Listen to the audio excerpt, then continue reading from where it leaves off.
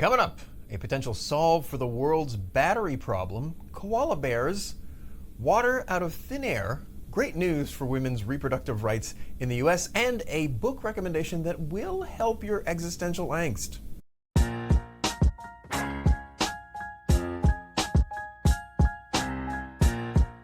Welcome to Total Nileation, your existential halftime, the podcast that brings you all of the better stories you should be getting, but somehow aren't. I am Niall Seguin, aka Optimist Prime. Welcome to the treehouse. And that was on brand. My voice broke there.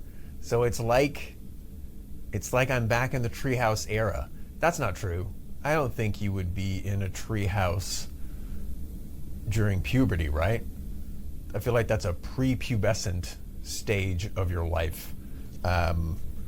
Otherwise, you're the weird kid. You're the weird. Yeah, he's graduating. He hasn't picked a university yet, and he spends a lot of time in that treehouse.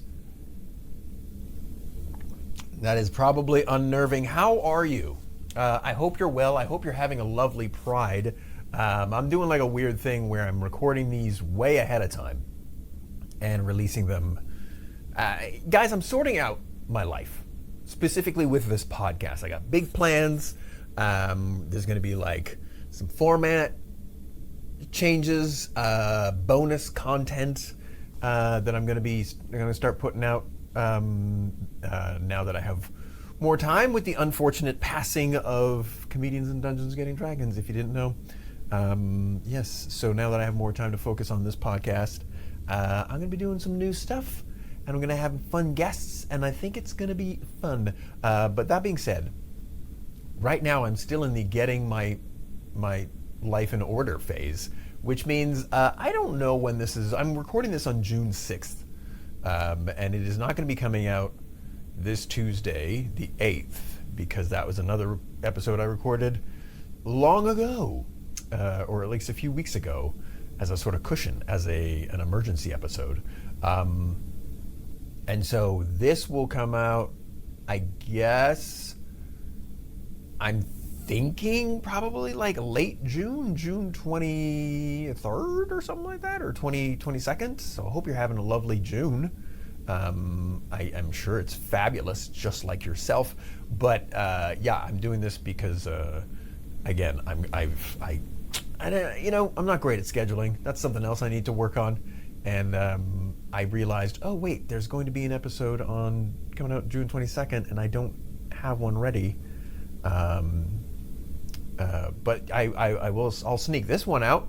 My last episode, if everything goes according to plan, my last guest for the summer, well, not the summer. I'm going to take July off to get stuff in a pile, so that there's a nice streamlined system set up, and so you're not dealing with this, with me explaining why the schedule is pure chaos. But my last guest for this season, to cap it off, is going to be Ava Val, comedian Ava Val. If schedules continue to align, will be the last episode coming out 2 weeks after this one. So whenever that is, I'm done doing math. I can't burn out my brain on math before we actually get to the podcast. So that is all coming up down the line. How are you? I hope you're doing well. I hope things are good with you and you're having a lovely June. Apologies if the sound is weird. I am, again, as I mentioned before, in my primary partner's office. Bless her heart. Thank you so much. Love you, baby. But they are blasting the AC in this place. And I can't lie, I'm a cold weather person, and I'm kind of enjoying it. If you were here as a normal person, you would be like, this is insanely freezing cold. So yeah, I don't know if it's messing with the audio. Hopefully not. Yeah, that's it from me. Thank you very much for listening. I'm kidding. Let's get to it, shall we? Here for you, our top good news items from our home office in Finger, Manitoba. Number 7. The world's largest battery manufacturer has signed a massive deal to bring low-cost sodium-ion batteries into mainstream mass production. That sodium-ion part is very important because I didn't know I'll show you why. Why don't I just tell you the story instead of freestyling? So this is the largest order in world history.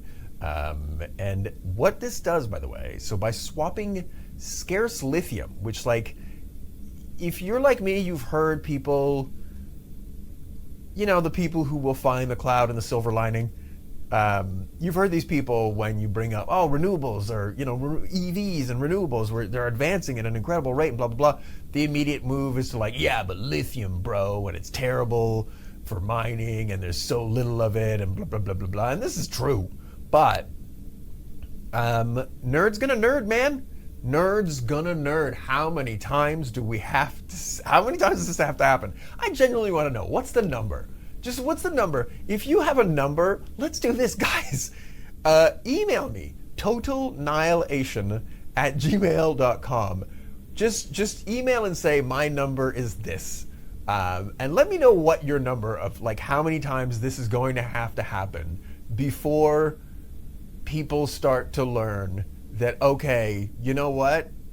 Technology might not be a panacea, but the odds that technology and nerds figure out some kind of solution are pretty high. They are pretty high. How many times does this have to happen? Anyways, so again, they swap out the lithium for the sodium, which is 1,000 times more abundant in the Earth's crust. So this eliminates the resource constraints that everyone loves to freak out about. And yes, I said love.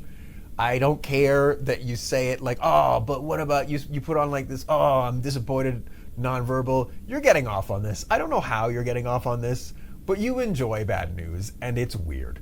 You're weird. It's weird. Those of us who are actually like, who mean it when they say, I want good news, they're not judging you, but I'm judging you. The rest of the people are cool. I'm not. So this also radically reduces raw material costs. Get this, the lifespan. Go ahead and give me a guess of the lifespan of the cells of this battery, of daily operation, right? So how long with constant daily operation do you think the cells of these batteries last? Because I thought, I didn't think. I'll let you get a number, right? Pause if you have to. Because the number is 40 years. 40 years of daily operation, and also offers a 97% system energy conversion efficiency. What that means is they only lose 3% of the energy they create, right? That's another big issue with internal combustion engines. So much of the energy it produces doesn't go to locomotion. It's incredibly inefficient. Why are we still using a system we developed in 1910? No, sooner, right? Anyways, the batteries are also engineered to survive extreme climates. Now again, I'm gonna give you, in Celsius, try to guess what the range of is for this battery in terms of what kind of temperatures it can take. It's insane, but it's like, you're probably going to say like minus 1 billion degrees just to be safe, but it's not. But it is minus 40 to 70 degrees Celsius. Are you driving in a volcano that you're at 70 degrees Celsius? I mean, it's cool that they tested it, right? I guess. So they maintain their power in deep freezes, which is where lithium battles struggle, by the way. And also, by the way, that more on this later. This will be in the book recommendation that I'm going to drop. I found out the struggle, air quotes, of the lithium batteries really overstated. They're not. EVs don't struggle in cold weather as much as some people would like you to think. And again, this is an amazing story. The only downside is that no one is going to remember how freaked out we were about this 10 years from now, because we will have moved on to freak out about something else. This should be all over the news. It should be all over the news. This is massive.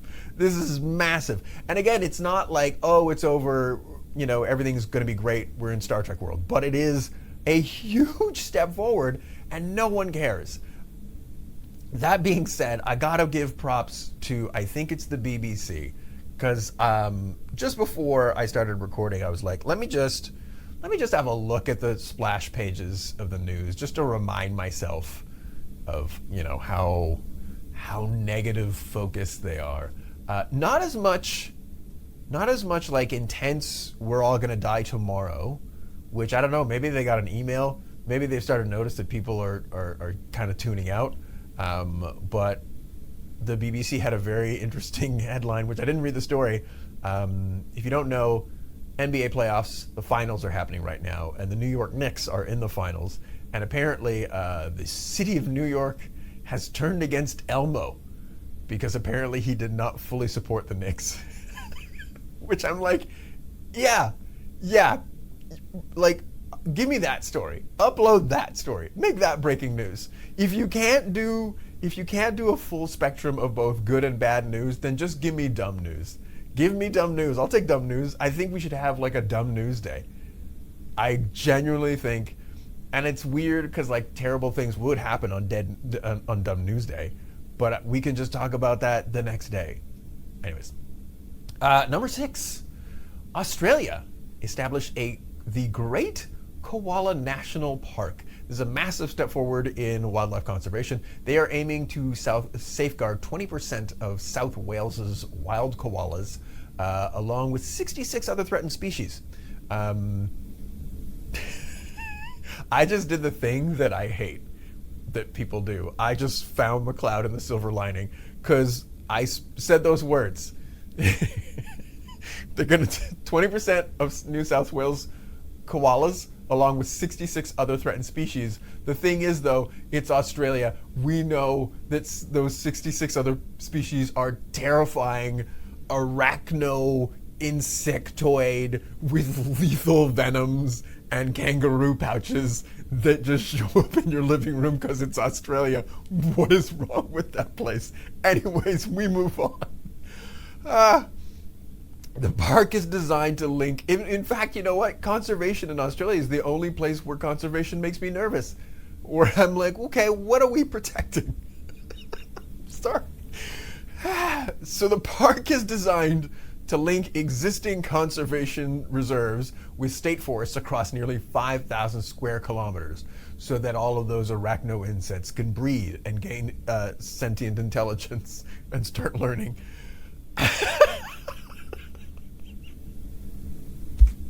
So this creates a vital migration corridor for fragmented animal populations to be preyed upon by these arachno insectoids.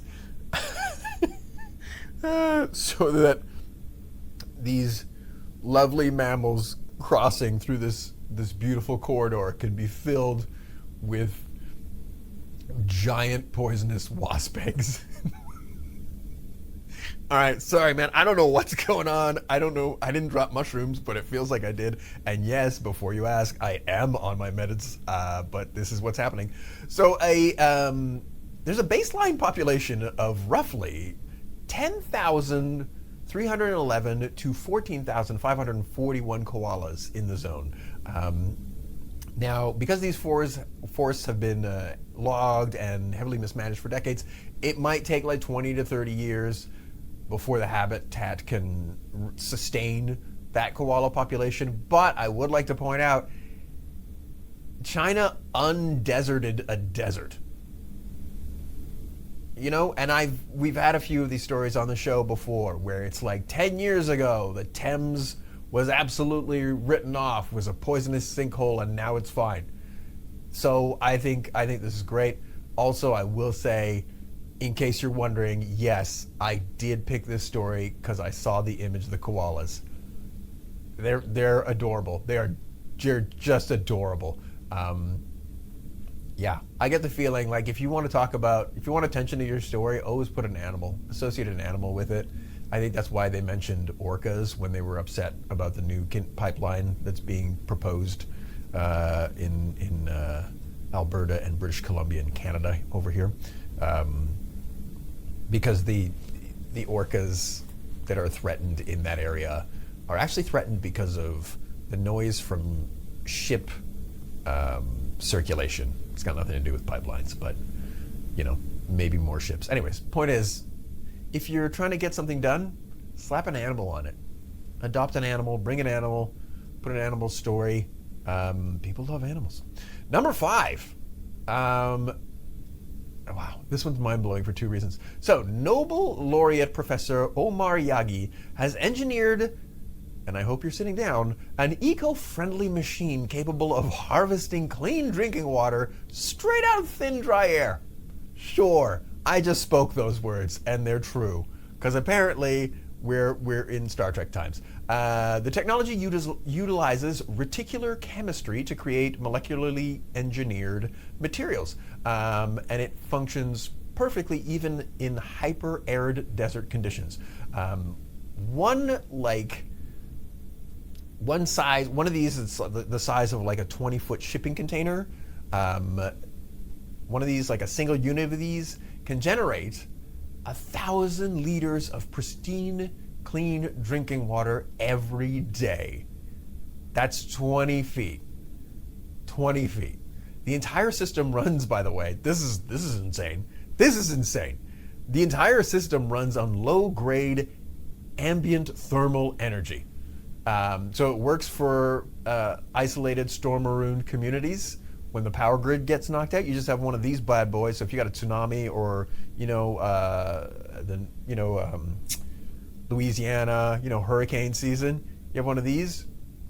And unlike traditional desalination systems that threaten the marine ecosystem by just dumping a whole bunch of saline into the water, there's zero chemical footprint.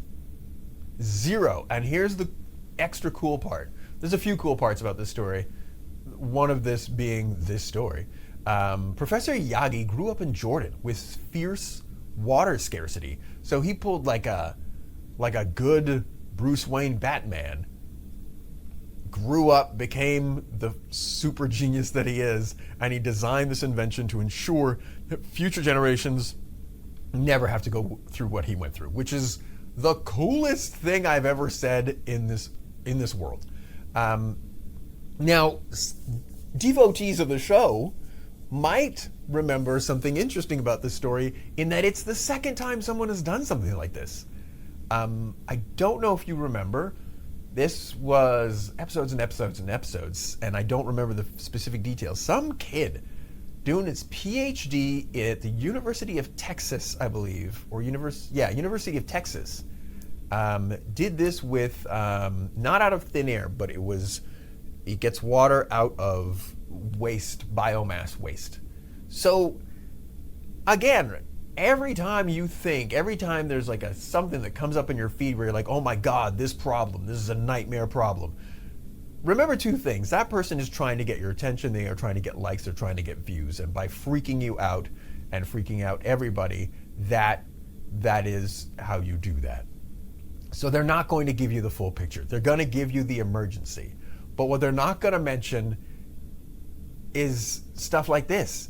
They're not going to follow up after they've told you what the problem is, once someone has done something that very clearly will probably solve the problem, and if not, will be the final step before we solve the problem. For every crazy, unsolvable problem that is out there, there are just a gaggle of nerds saying, hold my beer. I'm on this. They're not like us, man. The nerds are not like us. And this speaks to my whole theory that I've just mentioned before.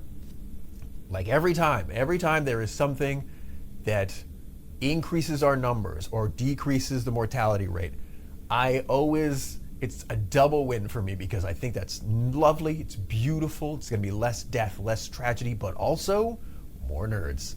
Right now as I'm speaking, in June 6th, 2026, right now, there are a bunch of nerds all across the world hanging out in schoolyards, doing dumb stuff, but there's a little, all of the little bits are lining up in their heads. All of the stuff that's going to lead to them discovering whatever massive, great invention that will help the world and its ills.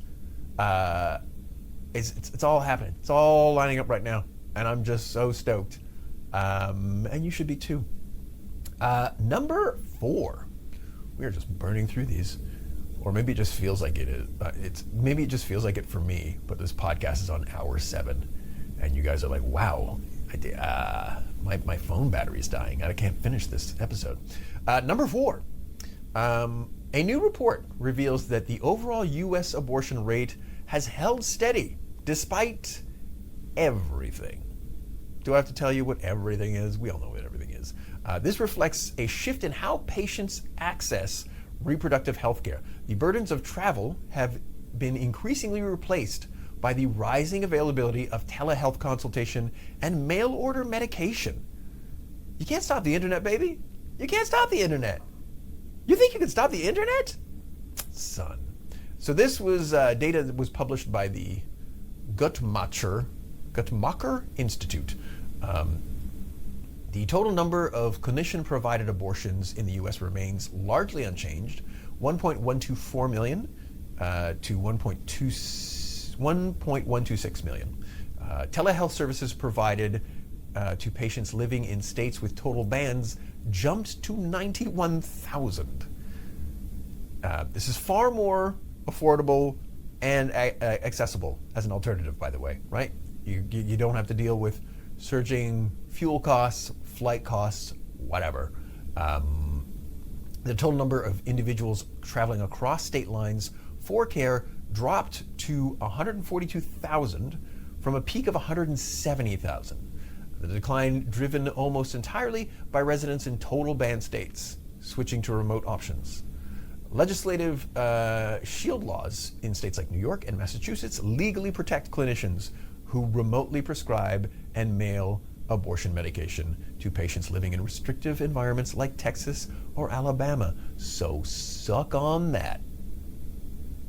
And the medication is for the abortion is FDA approved for up to 10 weeks of pregnancy. So again, I think this is really, really important to remember when we're talking about, when we're going off on like all of the conservatives and what they're doing in the US and all of this. People aren't just taking it, man. People aren't just gonna like, again, there are NPCs like me, maybe like you, maybe you're a PC. I'm an NPC. But there are PCs out there who are like, I gotta do something about this. And they get together with other PCs and they're like, what are we doing? What's the solve? And then this is the solve.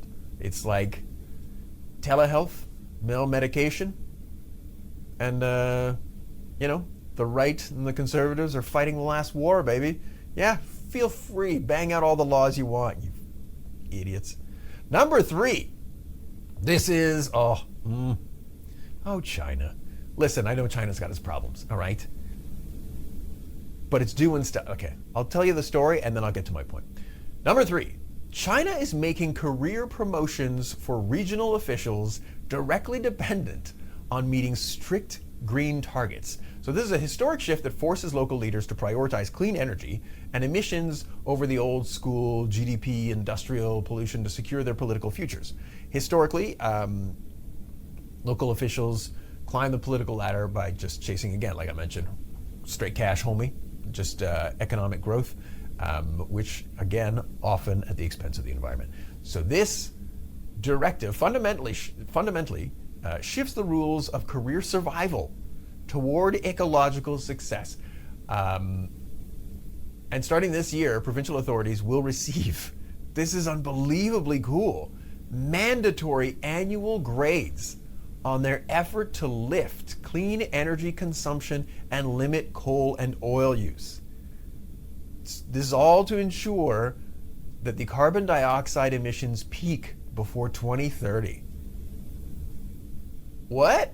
What did I just say? Holy. So local governments flagged with unsatisfactory progress are given a strict window of just 30 working days. Does that include bank holidays? I don't know. To draft and implement radical remedies, or individual leaders will face formal disciplinary action. The policy designed immediately triggered market confidence. Shares in major Chinese clean energy and solar technology companies surged by nearly 10%. Guys, if you can get in on this, I haven't figured out. I think you got to go through like Hong Kong's stock market. I don't know. If you can get in on this, guys, get in on this. Oh, this is driving me crazy. This is, forget Elon Musk's little SpaceX. Take your retirement savings and put it in this. My God.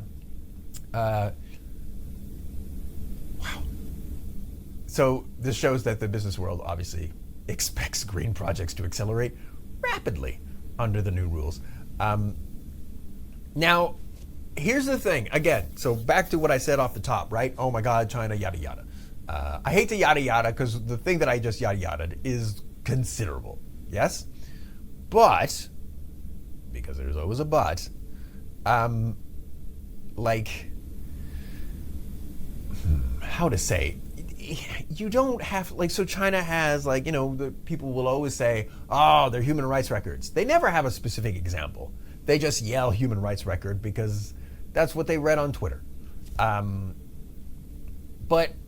again, I've said this before, this doesn't stop us from doing this. This isn't, their renewable projects aren't run on Soylent Green. They're not run on human rights violations. So you can talk about human rights violations all you want, and yes, that's definitely worth talking about, but why are we not doing this? Why are we still behind? This is embarrassing and dangerous. Dangerous. I mentioned the oil pipeline. I'm so embarrassed for our government and concerned for our future, because oil pipeline? Yeah, sure. China and other countries aren't going to be able to get off of oil instantly, but they are going to be able to get off of it way faster than we think. And my Prime Minister, Mark Carney, is prioritizing oil and saying we got to line up our oil ducks before we get into renewables. And this is just, it's buying a DVD factory in 2012. It's the dumbest move. Okay, sure. Just, you see what happens? This is why I'm such a grumpy old man, because stupidity physically drains me. Did you hear that sigh? I'm sitting in a chair, but that just made me feel like I just ran 5 laps, hungover. But doesn't matter, because future and renewables don't care what my government does. We'll get there. We'll be late to the party, but it's fine. Number 2. I love stories like this. I love all these stories, but anyways, KS Relief, which is a Saudi aid agency, has created something called, already created something called the Massam Project, which is a $249 million project, which I have to assume is Arabic. Massam Project is Arabic for balls of steel, because what these people do is they remove landmines and other explosive devices. Since 2018, this organization, and I think this is just in Yemen, but I'm not positive, don't quote me on that part. Would you like to guess how many landmines and explosive devices this organization has removed since 2018? So nearly a decade, 8 years.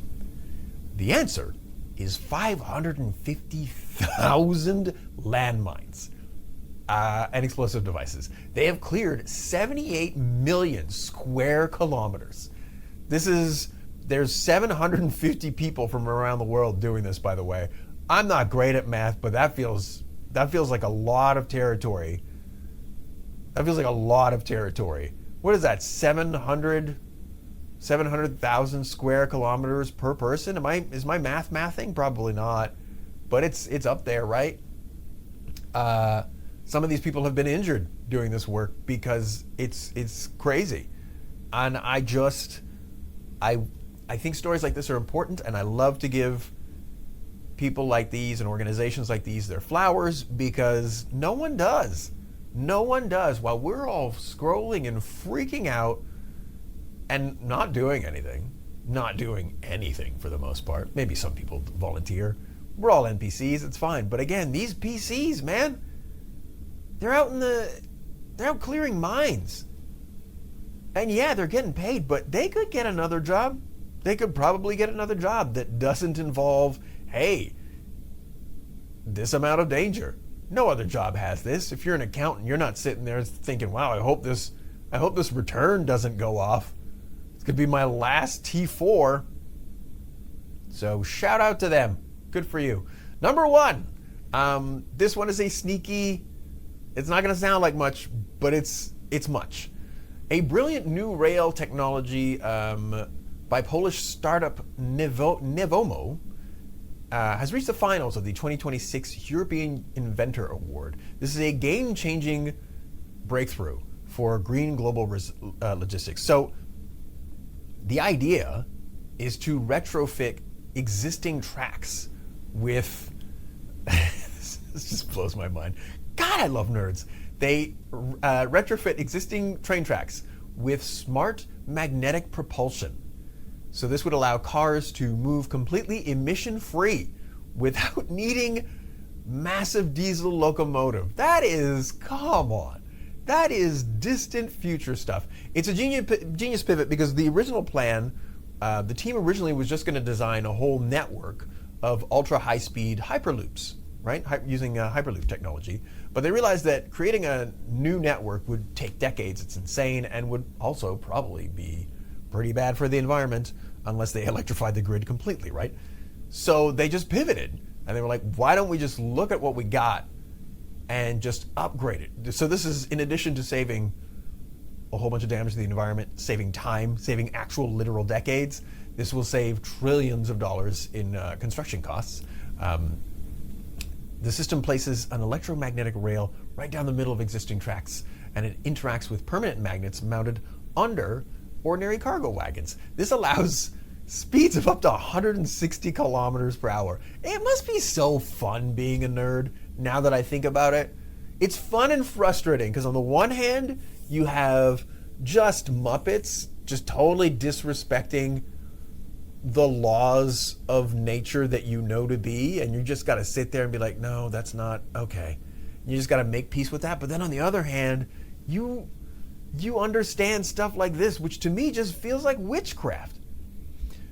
So what they're going to do is they are going to primarily, for now, target ports and industrial rail yards and terminals, because these are like traditional bottlenecks where you have heavy diesel engines constantly idling and shuffling cars around. So automating this with magnets would obviously greatly cut those emissions. And also, so we're starting with the ports and the, in these little terminals, but I mean, let's not kid ourselves. I'm going to call it, I'm going to say that, once momentum, I feel the momentum for ideas like this is exponential. So right now it's just me talking about this fun little thing. But once it escalates, I think once we move out of ports and go to straight rail across the world, this is going to be huge for emissions, because one of the big bugbears, is that right? Bugbears? Gremlins? One of the big for, oh my God, what are we gonna do about emissions, is transport. Shipping transport. We haven't gotten that. We don't know I don't know what the magnetic rail solve for that's gonna be, but I promise you it's coming.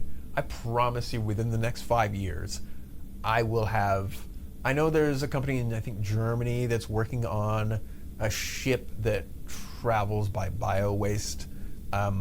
But you know what? I would say either it's going to come in the next 5 years, or within the next 5 years, it's not going to be as relevant. Because bear in mind, if we manage to cut all of our emissions on everything else, maybe treating ourselves to like a little diesel shipping ship isn't going to be that big a deal. We'll see. But yes, I don't know if I made my point. ADHD is a hell of a drug. So Nevomo has already signed a commercial agreement with global logistics giant DP World, and the, apologies in advance, Deen Dayal Port Authority to deploy a 750-meter automated pilot track in India. And so yeah, this is happening.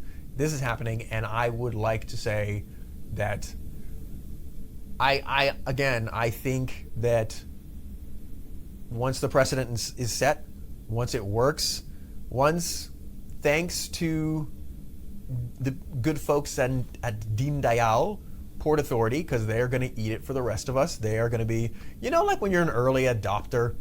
Like I got an M1, I was all excited, and it was a nightmare. M1 MacBook, I was all stoked because I was like, oh, this is going to be so. And it had a lot of drama. It had a lot of drama because I was an early adopter. This is what they are doing for this. But I understand, if this takes off, if this works, China's going to be all over it. Everybody's going to be all over it. Because they might not be doing it out of the goodness of their own hearts, but some of them will be, just to cut down emissions, but also cut down costs. And, again, the more stuff we do so that we don't have to care about who's fighting in what strait. In fact, the more stuff we do like this will probably mean fewer little wars, little orange man wars. Because why would you need to go to war unless it's to not talk about Epstein? All right, I wanted to talk about this. I was on the Beaverton a few weeks ago, and we started talking about Justin Theroux's Inside the Manosphere or something. Just talking about like the Manosphere, the Mano Bros, and all of that, and obviously all of that toxic masculinity and all of the Andrew Tates and the Joe Rogans. That's a concern, and everyone's freaking out about that. But I had a thought this week, and I don't think I'm as concerned anymore, or maybe even at all, because what this forgets, freaking out about the manosphere and all of that, what you forget is how capitalism works. These guys think they're the future, but they're not. They're the Marvel Cinematic Universe of our day.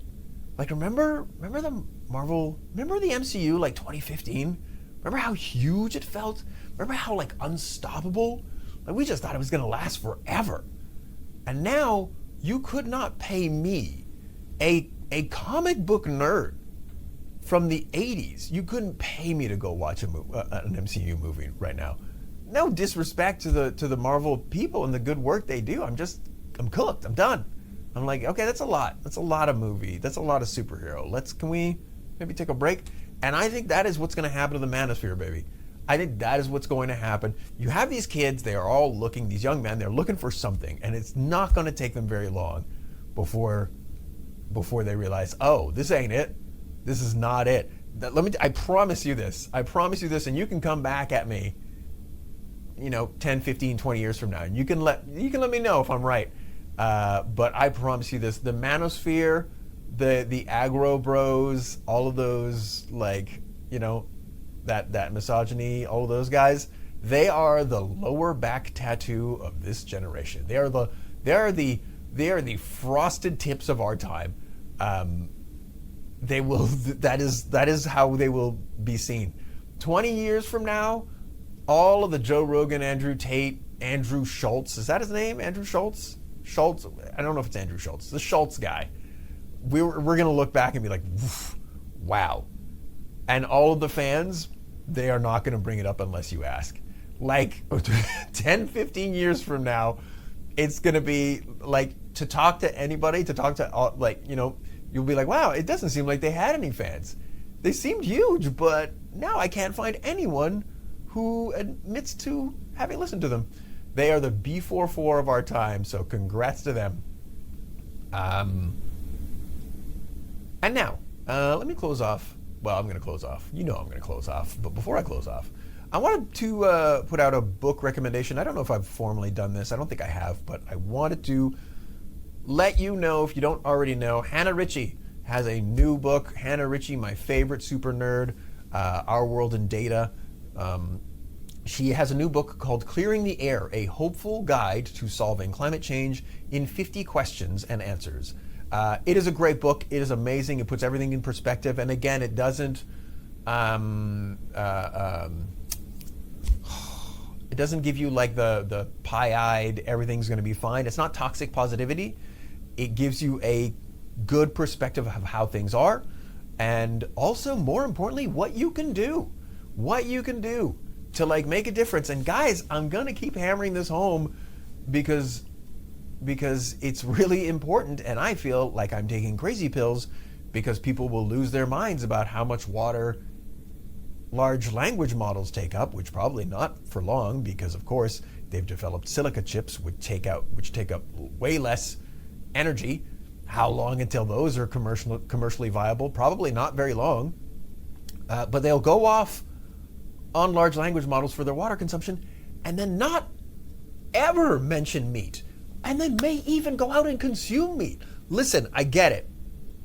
You're like, you hate vegans. We all hate vegans. If you're a vegan, sorry, man. People probably hate you. Your bedside manner, you're kind of like, championship swagger is too much. And people would literally eat meat. They'd rather eat meat than not because of you. Maybe not. But the point is, take a break, guys. Take a break. You want to keep eating meat? Fine. If you can do as many days as you can do out of the week or month without meat, great.